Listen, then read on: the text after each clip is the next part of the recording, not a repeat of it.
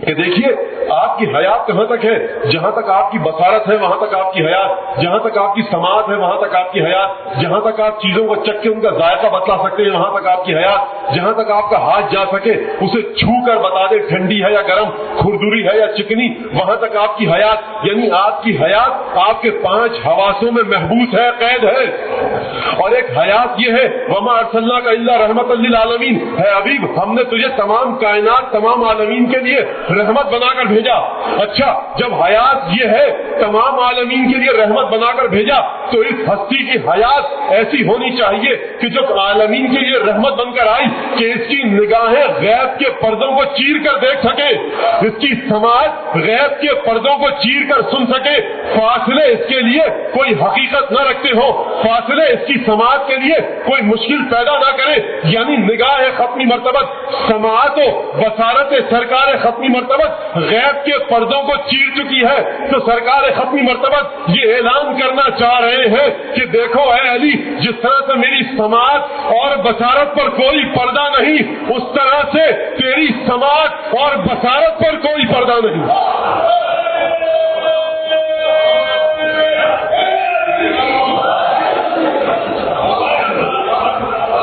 بھائی نفس رسول ہے نا، موبائلہ مجھے نہیں پڑھنا، بڑی عجیب بات کری۔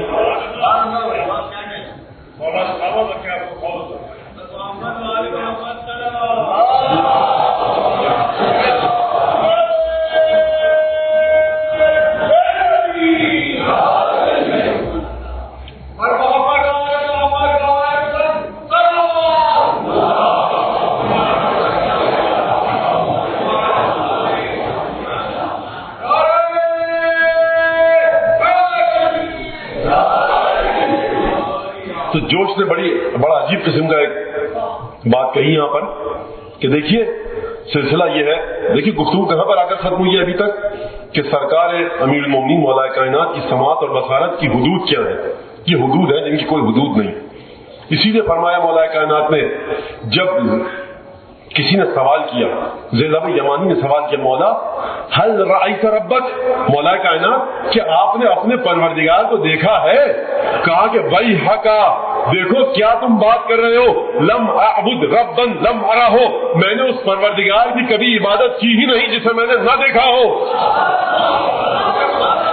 بھائی مولا یہ کیا بات ہو گئی، یہ تو قرآن کی آیت کے خلاف ہے، لا تدرکہ الابصار وہو یدرک الابصار وہو اللطیف الخبیر، پروردگار کو کوئی آنکھ نہیں دیکھ سکتی، مولا آپ ہی نے فرمایا ہے نہج البلاغہ میں کہ پروردگار کو کوئی آنکھ نہیں دیکھ سکتی، پھر مولا یہ کیسے کہہ دیا کہ میں نے ہمیشہ دیکھ کر عبادت کی؟ مولا نے خود آگے جواب دیا کہ لا تراہ العیون، پروردگار میرا ایسا ہے کہ جسے آنکھیں نہیں دیکھ سکتی، بل تراہ القلوب بحقائق الایمان، کہ میرے پروردگار کو دل کی آنکھ کے ذریعے ایمان کی حقیقتوں کی مدد سے دیکھا جاتا ہے۔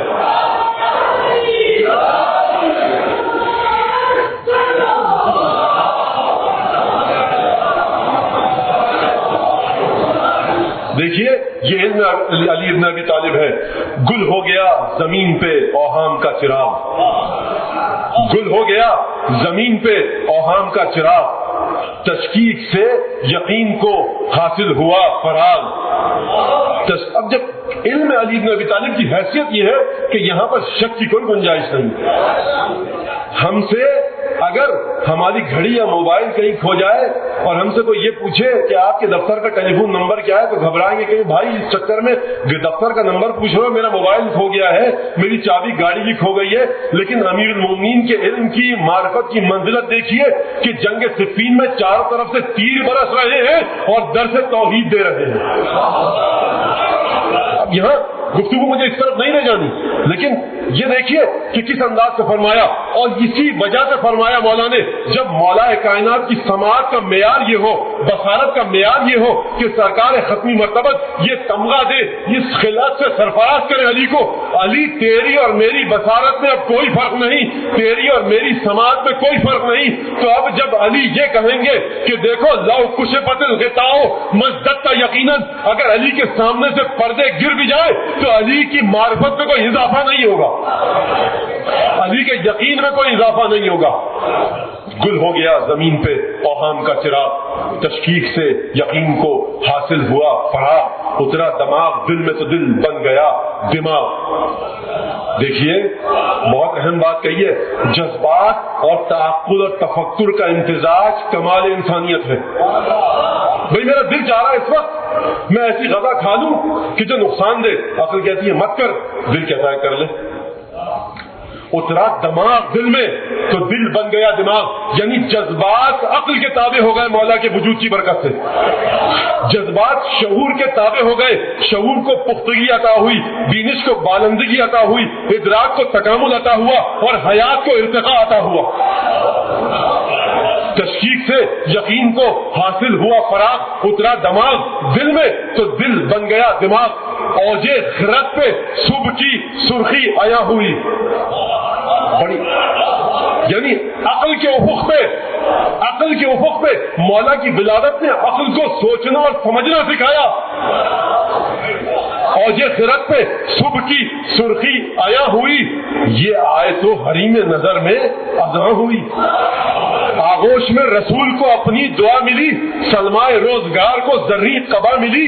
آغوش میں رسول کو اپنی دعا ملی، بڑی توجہ کیجیے گا ایک ایک لفظ پر۔ آغوش میں رسول کو اپنی دعا ملی، انسانیت کو دولت صد ارتقا ملی۔ اور دیکھیے تکامل کی منزل کیا عجیب ہے، جیسے ہی نصف نور ملا نصف نور سے سرکار ختمی مرتبہ خانہ کعبہ میں آئے ہیں، جناب مولا کائنات کو گود میں لیا اور پھر شاعر نے کہا جیسے ہی نصف نور ملا نصف نور سے اپنے کو کردگار نے دیکھا غرور سے۔ دوبارہ چلیے سورہ بقرہ کی 30ویں آیت کی جانب، فرشتوں سے کیا کہا تھا پروردگار نے؟ اب بھائی یہاں پر اتنے زیادہ نکات ہیں کہ میری سمجھ میں نہیں آ رہا کہ بہار الانوار کی وہ مختصر سی روایت جس نے عرفا کی کمر توڑ کے رکھ دی وہ کیسے بیان کروں؟ آیت کو 30ویں آیت کو سورہ بقرہ کی کس انداز سے بیان کیا جائے، سورہ مومنون کی اس آیت کو کیسے گفتگو کی جائے اس پر، اور سورہ حج کی 5ویں آیت کو کیسے ڈیفائن کیا جائے؟ وقت بہت کم ہے، لیکن دیکھیے اگر آپ حضرات حوصلے سے بیٹھیں تو یہ سارا کام ہے صلوات بھیجی محمد آل محمد۔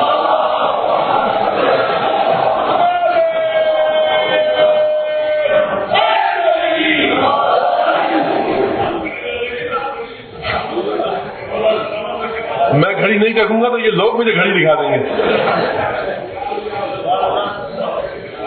ایک صلوات بھیجی محمد آل محمد۔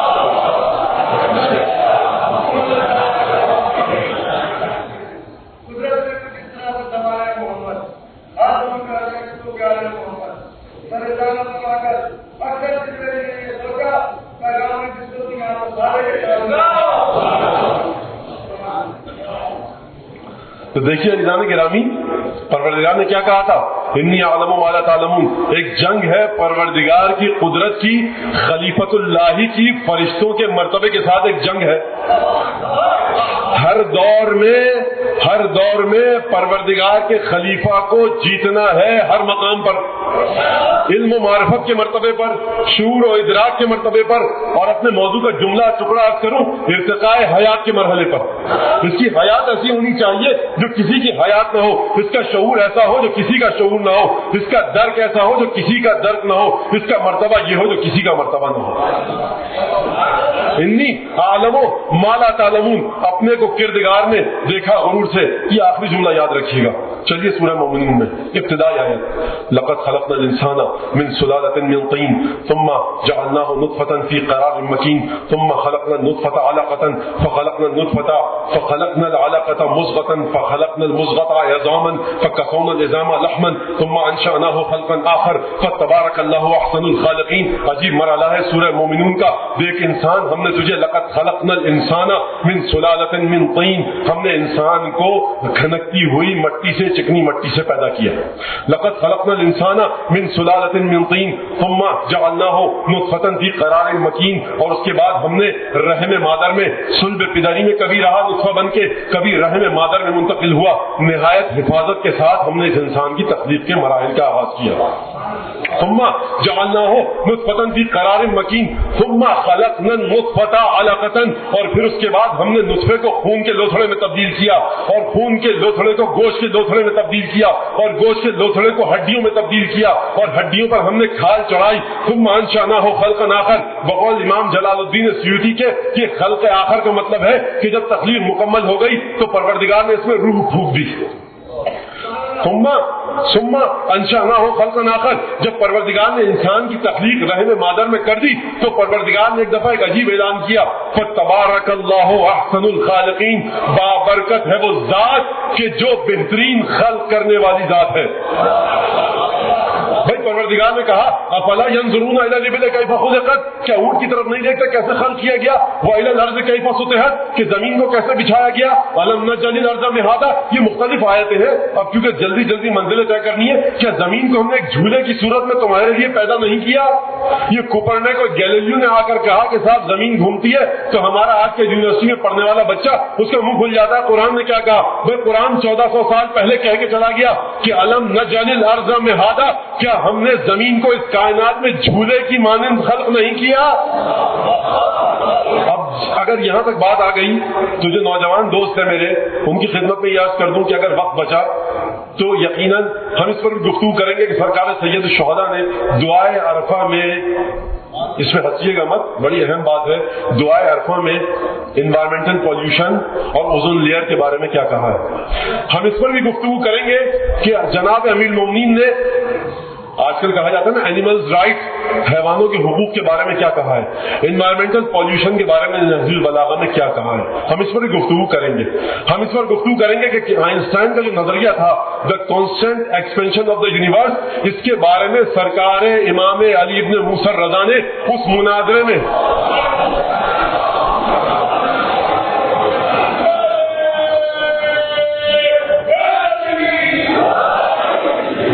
جب جعفریق سے، عمران صابی سے، یہودیوں سے اور ہندو پنڈتوں سے امام کا مناظرہ ہوا مرگ میں مامون کے دربار میں، تو امام رضا علیہ السلام نے کیا وہاں پر کہا؟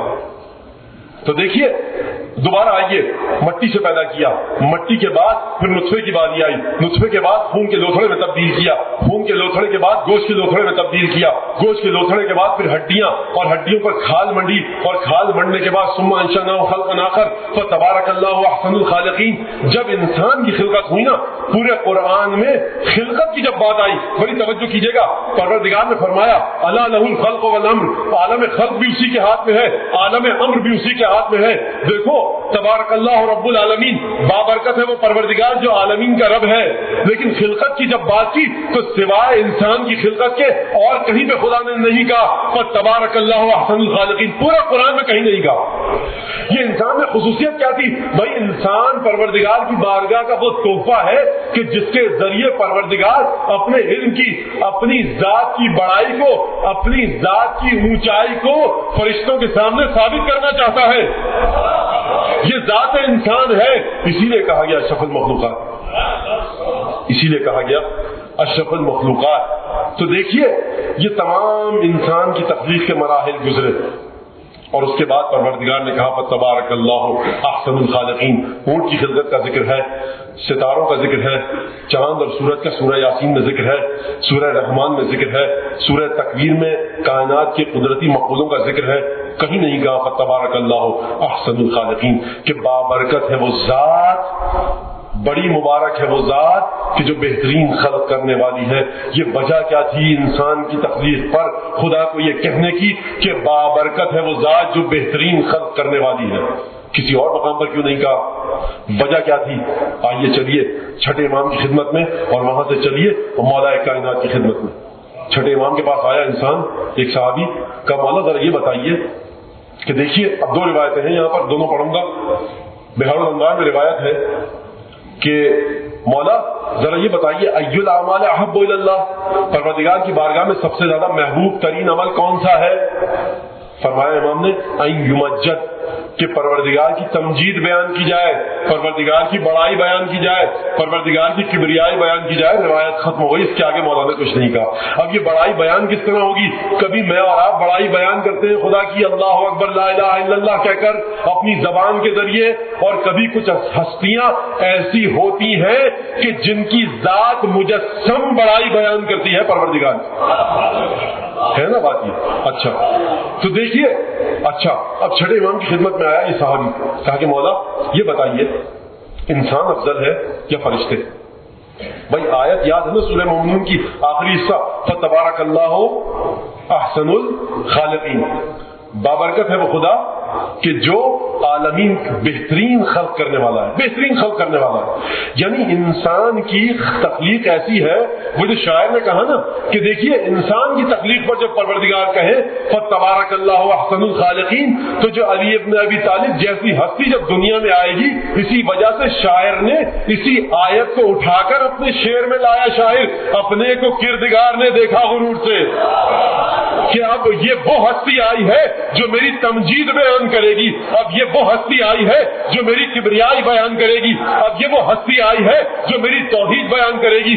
کیا توحید بیان کی مولا کائنات نے؟ دیکھو کہا کہ مولا خدا کہاں ہے؟ کہا کہ دیکھو داخل فی الاشیاء لا کدخول شیء فی شیء وخارج عن الاشیاء لا کخروج شیء عن شیء۔ مولا کائنات فرماتے ہیں دیکھو خدا ہر چیز کے ساتھ ہے، لیکن اس طرح سے نہیں ہے جس طرح کوئی چیز کسی چیز میں ہو، وہ خارج عن الاشیاء لا کخروج شیء عن شیء، خدا ہر چیز سے باہر ہے لیکن اس طرح سے نہیں جس طرح کوئی چیز کسی چیز سے باہر ہو۔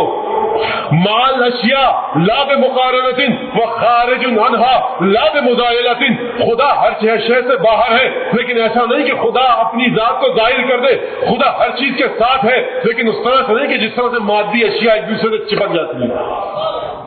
یہ کیا توحید ہے؟ یہ وہ ہستی آئی ہے۔ اسی لیے کہا شاعر نے کہ جیسے ہی نصف نور ملا نصف نور سے اپنے کو کردگار نے دیکھا غرور سے۔ کیوں دیکھا پروردگار نے اپنے کو غرور سے؟ کیونکہ چھٹے امام اس رات سے پردہ اٹھایا کافی سالوں بعد۔ چھٹے امام نے بہترین عمل کون سا ہے؟ بہترین عمل یہ ہے کہ ان یمجد، خدا کی بڑائی بیان کی جائے۔ کیوں دیکھ رہا ہے پروردگار اپنے کو غرور سے؟ کیونکہ خانہ کعبہ میں وہ ہستی آئی ہے جو پروردگار کی بڑائی بیان کرے گی۔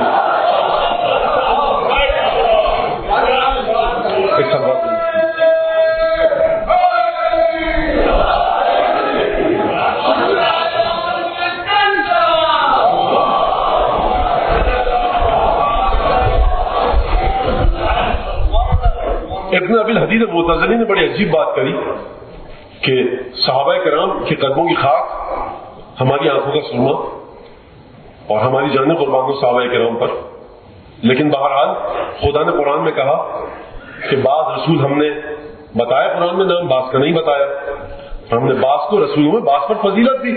انبیاء ہیں، رسول ہیں، اولو العزم ہیں، اور تمام رسولوں میں سب سے افضل کون؟ سرکار ختمی مرتبت۔ جب رسولوں میں کوئی ادنا ہے، کوئی اعلیٰ ہے، کوئی افضل ہے، کوئی فاضل ہے، تو صحابہ کرام میں بھی کوئی نہ کوئی افضل ہوگا، کوئی فاضل ہوگا، کوئی اعلیٰ ہوگا، کوئی ادنا ہوگا۔ بھائی تو قرآن کہہ رہا ہے نا، یہ ہے بھائی۔ اور دیکھیے فرمایا ابن ابی الحدید المعتزلی نے، کلامی لحاظ سے معتزلی ہے، اہل تسنن کے شراح میں سے ہے، نہج البلاغہ کی شرح لکھی، کہا کہ صحابہ کرام میں سے کسی نے اگر حدیثیں کہی ہیں یا خطبے کہے ہیں، تقاریر کی ہیں، جملے کہے ہیں، تو صرف موت اور زندگی کے بارے میں قیامت میں کیا ہوگا، نیک اعمال کرو، توحید کے بارے میں جس طرح سے علی ابن ابی طالب کی کتاب نہج البلاغہ میں جو ملتا ہے وہ کہیں نہیں ملتا۔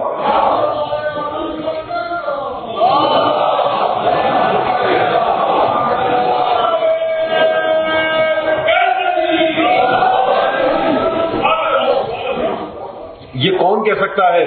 هو الذي كيف الكيف فلا كيفية له وهو الذي عين العين فلا عينية له بمزادته بين الاشياء عرف ان لا ضد له وبتشعيره المشاعر عرف ان لا مشعر له۔ یہ کون کہہ رہا ہے؟ مولا کائنات کہہ رہے ہیں کہ دیکھو خدا کے بارے میں سوال نہ کرنا کہ وہ کہاں ہے، کیونکہ اس نے کہاں کو پیدا کیا ہے۔ خدا نے چیزوں کے درمیان تضاد کو ایجاد کیا ہے، تو کبھی خدا کے بارے میں نہ پوچھنا کہ خدا سے کیا چیز متضاد ہے۔ خدا کے بارے میں کسی کیفیت کا سوال نہ کرنا کیونکہ وہ کیفیتوں کا خالق ہے۔ یہ توحید کون بتائے گا؟ یہ کون بتائے گا توحید؟ یہ مولا کائنات بتائیں گے. چھٹے امام کی خدمت میں ذہن میں ہے میرے، حدیث سنانے کا وعدہ کیا تھا میں نے، لیکن دیکھیے اکثر دوست نوجوان کہتے ہیں مولانا کہیں سے کہیں نکل جاتے ہیں. دیکھیں میں کہیں نہیں نکلتا الحمدللہ، مجھے پتا ہے اور میں اکثر کہتا رہتا ہوں کہ اس دریا قرآن اور روایت اہل بیت و اطرت پیغمبر کے جو دریا ہے اس میں غواصی ضرور کریں گے، ہم غوطہ ضرور لگائیں گے، گھومیں گے پھریں گے، لیکن نکلیں گے غوطہ لگا کے وہیں سے جہاں سے ڈوبے تھے، گم نہیں ہوں گے انشاءاللہ. چھٹے امام کی بارگاہ میں آئے، کہہ رہا مولا ذرا یہ بتائیے انسان افضل ہے یا فرشتہ؟ تو چھٹے امام نے کہا دیکھو تم نے جو سوال کیا ہے نا، یہ ہمارے جد امجد ہمارے والد جناب امیر المومنین علی بن ابی طالب سے بھی کیا گیا.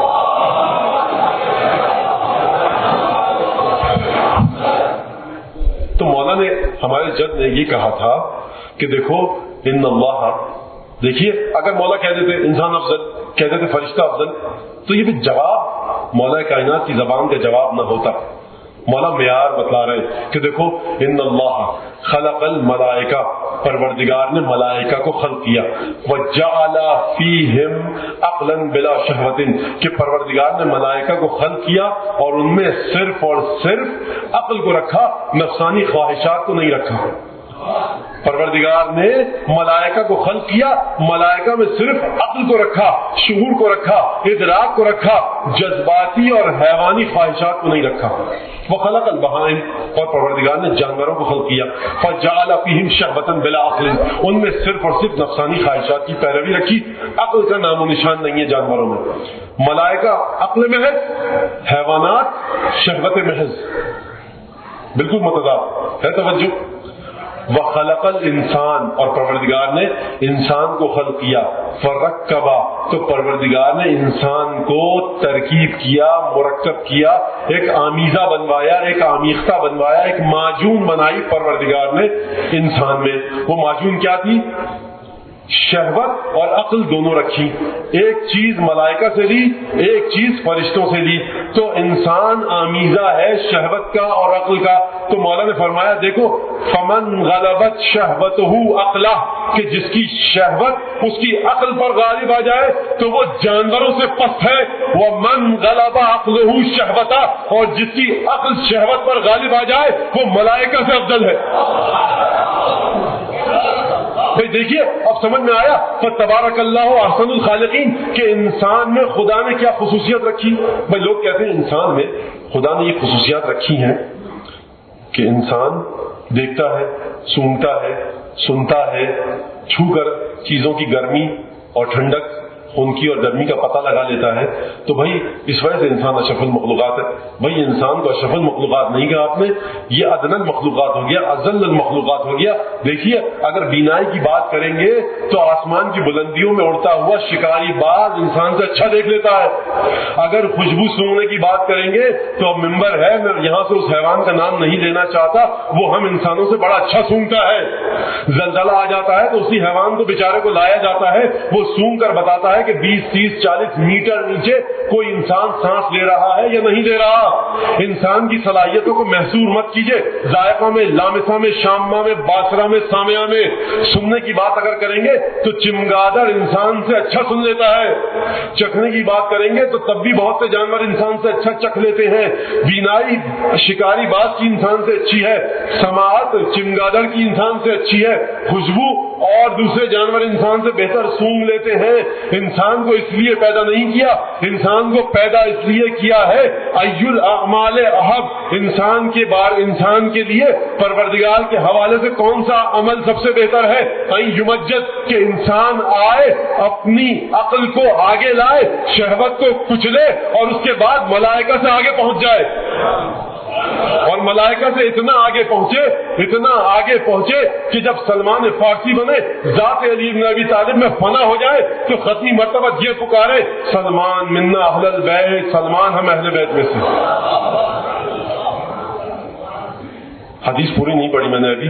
سلمان منا اہل البیت، وہ سلمان بحر لا ینزف، وکنز لا ينفد، سلمان ایسا خزانہ ہے جو کبھی ختم نہیں ہوگا اور ایسا سمندر ہے جس کی تہ تک نہیں پہنچا جا سکتا۔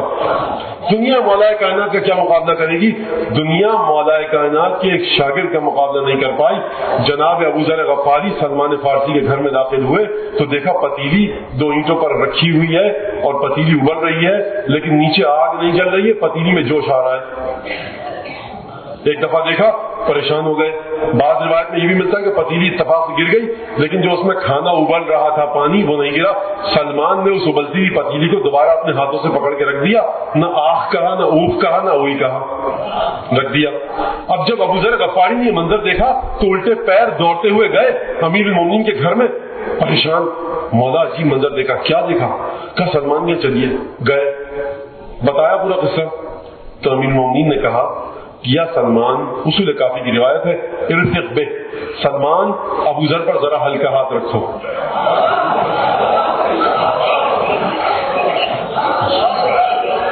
دیکھیے یہ ابو ذر غفاری کی توہین نہیں ہے، سلمان کی توقیر ہے۔ ورنہ ابو ذر کے بارے میں فرمایا کہ زمین نے آج تک اس انسان کا بوجھ نہیں اٹھایا، آسمان سایہ فگن نہ ہوا اس پر جو ابو اصدق لہجۃ من ابی ذر، جو ابو ذر سے زیادہ سچا ہو۔ یہ ابو ذر ہے۔ تو عزیزان گرامی دیکھیے، اب بس یہاں تک اگر ہم بتانے میں کامیاب ہو گئے اور میں یہ سمجھا چکا آپ کو اور یقیناً سمجھ میں آ گیا کہ دیکھیے شرک سے کبھی گھبرائیے مت، ہمیشہ توحید کا راستہ آپ کو کسی ایسے بندے کے ساتھ طے کرنا ہوگا کہ جو بندہ بہترین انداز سے خدا کی بڑائی بیان کرے، جو بندہ پروردگار کی معرفت کے اعلیٰ ترین مدارج کو طے کر چکا ہو، آپ کو اس بندے کے ساتھ، اس بندے کے ذریعے توحید تک پہنچنا ہوگا۔ تو یہ سلسلہ ہے سارا۔ اور سید الشہداء نے دیکھیے نگاہ امامت دیکھ رہی تھی، جب مکے سے نکلے تو عجیب بات کری، اور علامہ اقبال اس سے بڑے خوبصورت انداز میں کہہ کے چلے گئے، مدعای سلطنت بودی اگر خود نہ کردی بات سنی سامان سفر۔ اگر سلطنت اور مال دنیا کی حوث میں جا رہے ہوتے سید الشہداء تو اس ساز و سامان کے ساتھ سفر نہ کرتے۔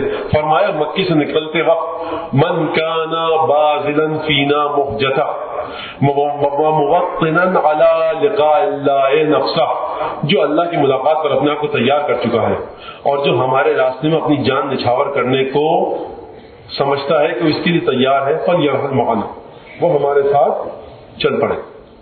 تو یہ سید الشہداء کا مرتبہ۔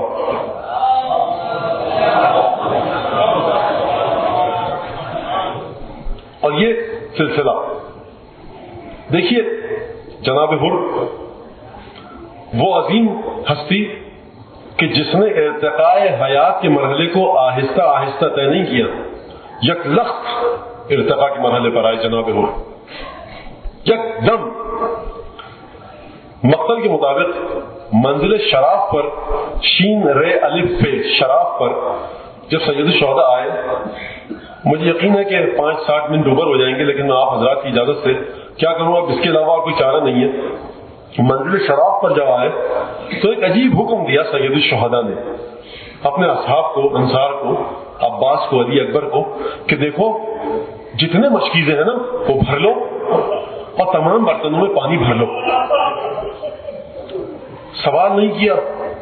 اچھا مولا، جب ذو حسم پر آئے، دن چڑھ چکا تھا، ظہر کا نزدیک وقت تھا، سید الشہداء کے ساتھیوں میں سے کسی نے تکبیر کی آواز بلند کی۔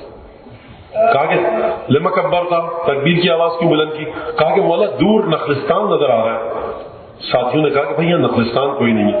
کہا کہ ذرا اور نزدیک چلیں۔ دیکھا تو بہت سارے سوار، ان کے نیزے اور تلواریں نظر آ رہی ہیں۔ بہرحال پڑاؤ ڈالا سید الشہداء نے، کہا کہ آنے دو۔ آئے، اور جب سید الشہداء نے دیکھا کہ پیاس کی وجہ سے جاں بلب ہیں یہ لوگ، تو حکم دیا, عجیب حکم دیا. اللہ اکبر. انسان لرز اٹھتا ہے سید الشہداء کی کرامت انسانی کو جب دیکھتا ہے. حیات کے کس مرتبے پر ہے یہ ہستی میری سمجھ میں نہیں آتا. کہا کہ دیکھو تمام انسانوں کو, ان کے لشکریوں کو پانی پلاؤ, اور تمام برتن بھر کے گھوڑوں اور اونٹوں کو بھی پانی پلاؤ, اور جب تک جانور 3 دفعہ منہ نہ ہٹا لے برتن نہ ہٹانا. پانی پلایا. علی ابن طعان محاربی کہتا ہے کہ میں ہر کے لشکر میں تھا, پیاس کی وجہ سے پیچھے رہ گیا تھا, میری سواری کمزور ہو چکی تھی. میں آیا, ہر کا لشکر پانی پی چکا تھا, پانی پی کر ہٹ چکے تھے. میں نے ایک اونٹ دیکھا کھڑا ہوا حسین بن علی کے لشکر میں. میں گیا, ہاتھ کب کبا رہے تھے پیاس کی وجہ سے, جہاں بلب تھا میں نے مشکیزہ کھولا, کھل نہ پایا مجھ سے. تو سید الشہداء نے کہا ان خرابیہ, میرے بھائی اونٹ کو بٹھا لے. میں تب بھی سمجھ نہ پایا. مولانا نے کہا کہ میں کہہ رہا ہوں اس میں مشکیزہ ہے, بٹھا کر آرام سے پانی پی. میں نے کھولا, ہاتھ کب کبا رہے تھے, پانی بھل بھل بہنے لگا, میں پی نہ سکا. تو فاطمہ کے بیٹے نے عجیب کام کیا, آگے بڑھے, اپنے ہاتھوں سے مشکیزہ لیا.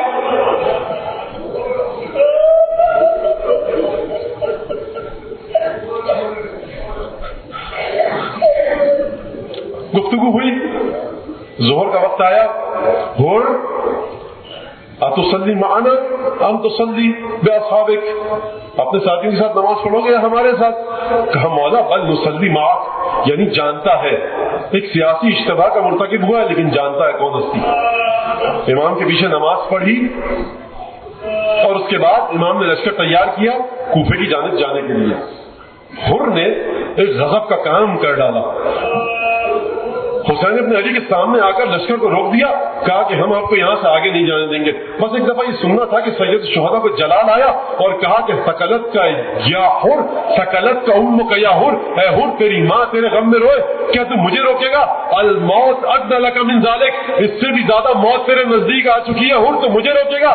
حر نے بڑی عجیب بات کی, کہا کہ یا حسین مولا لو کان غیرک من العرب ذکر امی وقالها وهو في هذا الحال لذکرتمہ, اگر عرب میں سے کوئی بھی کہتا نا اس طرح سے میری ماں کا نام لیتا تو میں اس کی ماں کا نام بھی اسی طرح لیتا.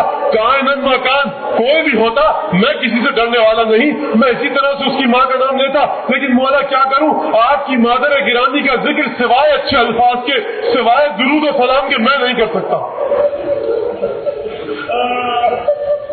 بے چینیوں کو چین دکھایا.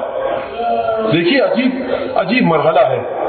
بے چینیوں کو راہ دکھائی ہے چین نے, بے چینیوں کو راہ دکھائی ہے چین نے. تھوڑا بڑا مسترد تھا, حسین کی طرف آیا.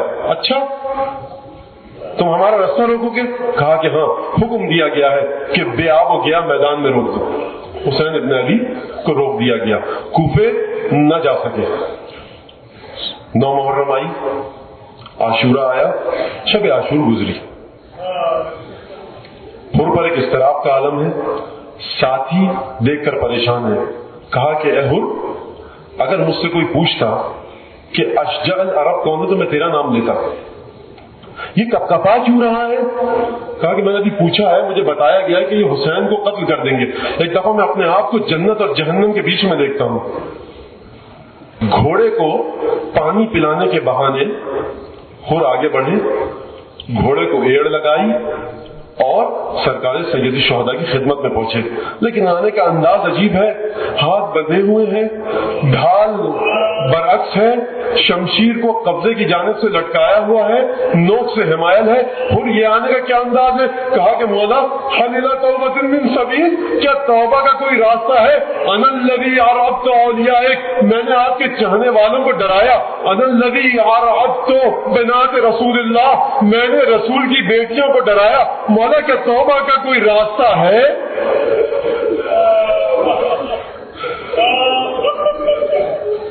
کیا توبہ کا کوئی راستہ ہے؟ کہا کہ تیری توبہ قبول ہے. ہو دیکھیے بڑے عجیب انداز سے توبہ قبول کی سرکار سید الشہداء نے, بڑے عجیب انداز سے توبہ قبول کی سرکار سید الشہداء نے.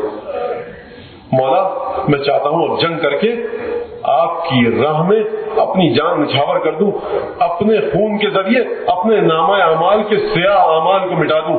اجازت دی۔ عجیب کام کیا سید الشہداء نے، زہیر ابن قین کو حر کے ساتھ بھیجا کہ تم دونوں جا کر حملہ کرو۔ میں کہوں گا مولا یہ زہیر قین کو ساتھ کیوں بھیجا؟ شاید مولا کی آواز آئے کہ دیکھو ہمارا مہمان ہے، توبہ کر کے آیا ہے، حسین چاہتا ہے کہ مددگار میدان میں جائے۔ حکم دیا کہ دیکھو حر کا دفاع کرتے رہنا۔ زہیر قین حر کا دفاع کرتے رہے، دونوں لڑتے رہے، یہاں تک کہ ایک تیر آیا، حر کے گھوڑے پر لگا، گھوڑا گرا، حر کے گھوڑے کو قید کیا گیا۔ اب حر زمین پر لڑتے رہے، زمین پر لڑتے رہے، جنگ کرتے رہے، لیکن ہر طرف سے تیر آئے، تلواریں آئیں، لشکر اعداء نے حر کو گھیرا اور اتنے زخم لگائے، اب حر زمین پر گر پڑے۔ ایک دفعہ آواز دی السلام علیکم یا ابا عبداللہ، مولا حسین نے حکم دیا حر کو اٹھا کر لاؤ۔ عزیزان گرامی عجیب کام کیا فاطمہ کے فرزند نے، جب حر کو اٹھا کر لائے نا، شاید یہ ان معدود شہداء میں سے ہو کہ جو گنج شہیدہ میں جب آیا تو حر کی رمق باقی تھی۔ عجیب کام کیا، حر کے ساتھ حسین نے نیمبا چشم سے حر نے رخ مولا دیکھا، زیر سرزانو شبیر کا تکیہ دیکھا، شہ نے فرمایا کہ ہے حر جری کیا دیکھا، عرض کی حسن رخ حور نظر آتا ہے، زمین تاب فلک نور نظر آتا ہے۔ یہ کام نہیں کیا صرف سید الشہداء نے، عجیب کام کیا، حر مہمان ہے، خانوادہ رسالت کا وتیرہ یہ ہے کہ مہمان کی تواضع کی جائے، پذیرائی کی جائے، لیکن حسین پذیرائی کرے تو کس طرح؟ نہ پانی ہے، نہ کھانا ہے، نہ سامان پذیرائی ہے۔ ایک دفعہ حر کے سر کو اٹھایا، اپنے زانوں پر رکھا اور اپنی آبا کے دامن سے حر کے چہرے پر لگا ہوا خون صاف کیا۔ حر کی آخری سانسیں ہیں، کچھ بولنا چاہتے ہیں، بول نہ پائے۔ میں کہوں گا حر کیا کہنا چاہتے تھے؟ زبان حال حر یہ ہے کہ مولا مجھے حیا آتی ہے، میں آپ کو اس بے آب و گیا میدان میں لایا۔ مولا نے صرف یہ نہیں کیا، مہمان نوازی کی انتہا کر دی، وہ رومال نکالا جو سیدہ نے اپنے ہاتھ سے باندھا تھا، حر کے ماتھے پر باندھا۔ مولا یہ کیا کر رہے ہیں؟ یہ مہمان نوازی کی رسم ہے۔ مولا حر کے الفاظ یہ ہے، حالت دل یہ ہے کہ مولا اتنی مہمان نوازی۔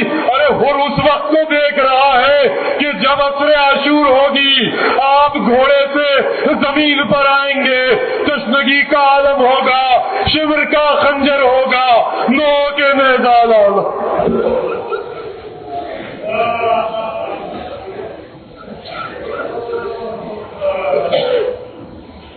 اللهم بحق محمد وعلى محمد وصل على محمد وعلى محمد وعجل فرجهم وأهلك عدوهم من الجن والإنس من الأولين والآخرين، واكفنا ما همنا وارزقنا العافية ووسع رزاقنا وطول أعمارنا مع الصحة والسلامة في الجسم والروح۔